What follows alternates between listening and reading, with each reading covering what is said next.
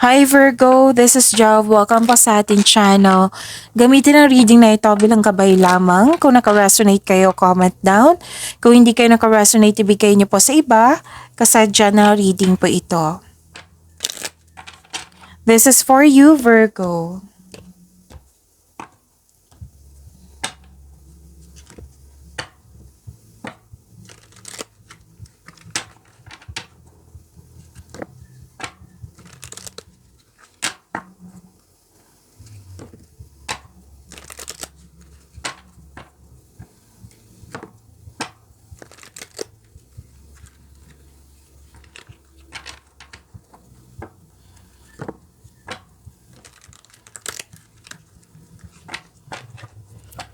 Para po ito sa iyo, Virgo.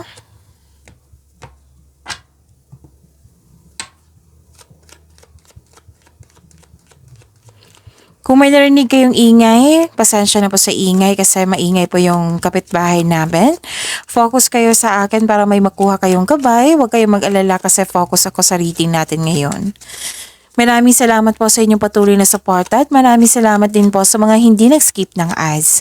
Sa mga hindi pa nag-subscribe, subscribe na po kayo at click bell notification para malaman nyo na may bago tayong video. Para sa mga gusto magpa-reading, comment po kayo ng personal reading. Again, comment kayo ng personal reading and check my reply sa comment section. Mga ganap po para kay Virgo.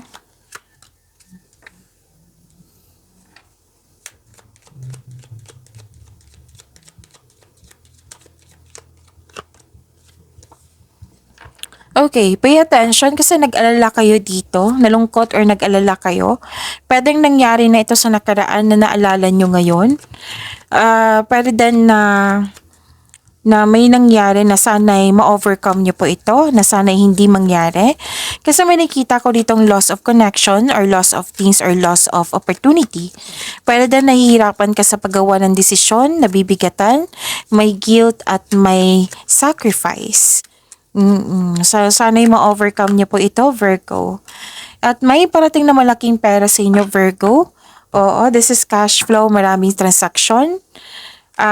This is prosperity. Pwede din na opportunity na makapagbigay sa iyo ng malaking pera. So this is prosperity, claim niyo po.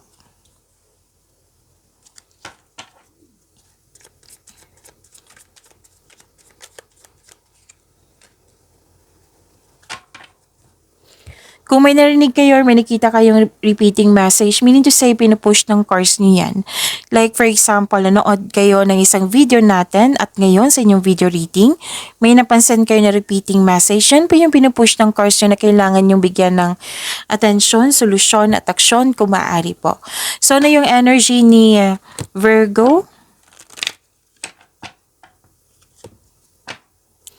This is intellectual ambition, leadership. You want to win at all cost. You have the power, authority, and protection.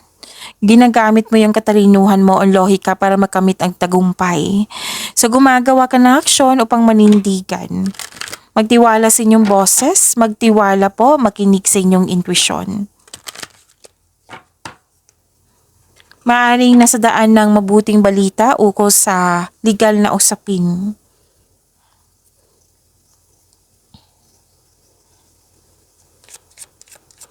Success and new doors opening, may collaboration, may expansion. This card asks you to accept project and face it with confidence kasi naka-align to sa passion mo, na alam mo yung gagawin mo. Isa din ito sa dahilan na magkakaroon ka ng maraming opportunity. Basta bigyan niyo po ng focus at huwag kayo mag-alinlangan na tanggapin ito. So this is next level up sa inyong prosperity, which is sumabas dito sa oracle cards nyo. Dalawang card na mismo nagsabi niyan na may prosperity. Oo, na nagaganap na ang prosperity na matagal mo nang hinintay. So posibleng dagdag trabaho to, dagdag kaalaman. So this is moving forward. Get ready for positive change. Ang ganda. So 'di ba may bibigyan kayo ng aksyon? Yan yung naghihintay sa inyo, positive change.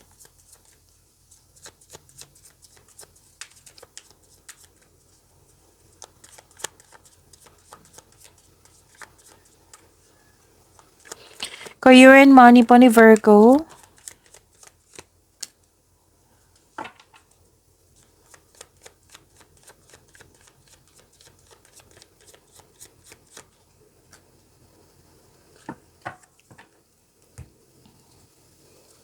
Sa career and money niyo po. Ang ganda nito. Nakikita ko dito na nagkaroon po ng pag-aalaga. Okay? Pag-aalaga sa inyong career and money. Marami kayong naisip na bagong ideas po para sa ikakabuti na inyong career and money.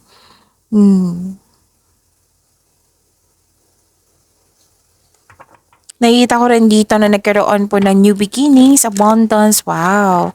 So may parating na blessings ha, gift from the universe, posibleng new job opportunity or unexpected sum of money.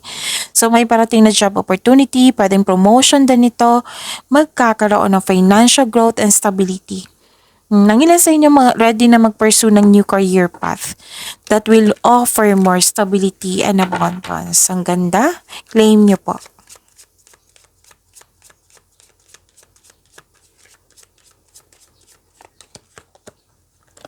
So this is partnership. It might be this is about business partnership, joining forces with business partners for win-win cooperation. Prioritize your connection.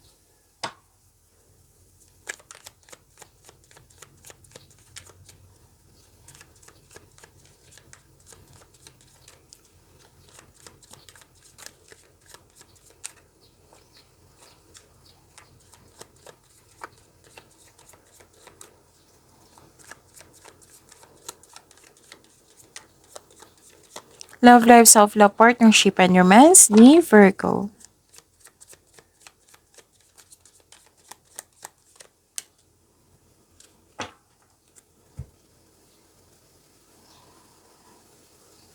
Nakikita ko dito na nagkaroon po ng sa mga relasyon, maalaga kayo sa inyong partner. Oo. Masahan kayo. Masahan kayo. At yun, you're very supportive. Kayong dalawa mismo. Very supportive kayo sa isa't isa. Magtiwala kayo at magbuo kayo ng lasting partnership. Pwedeng may, kanina pa to lumabas din to sa isang card nyo na mother figure. Pwedeng inalagaan kayo ng isang mother figure or may malaki siyang influence sa iyo or kayo ang nag-aalaga ng family or inalagaan mo yung sarili mo. And this is also fertility. Oo. At may nakita ko dito magsisimula ng isang pamilya, magbuo ng pamilya. You have abundant in life, Virgo. May, okay.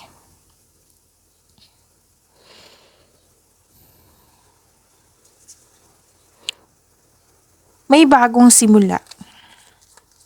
Para sa mga single, you should take a chance on love. Huwag kang matakot ma-in love ulit. Para sa mga relasyon sa buhay, mag-asawa, mukhang may tampuhan kayo the other day.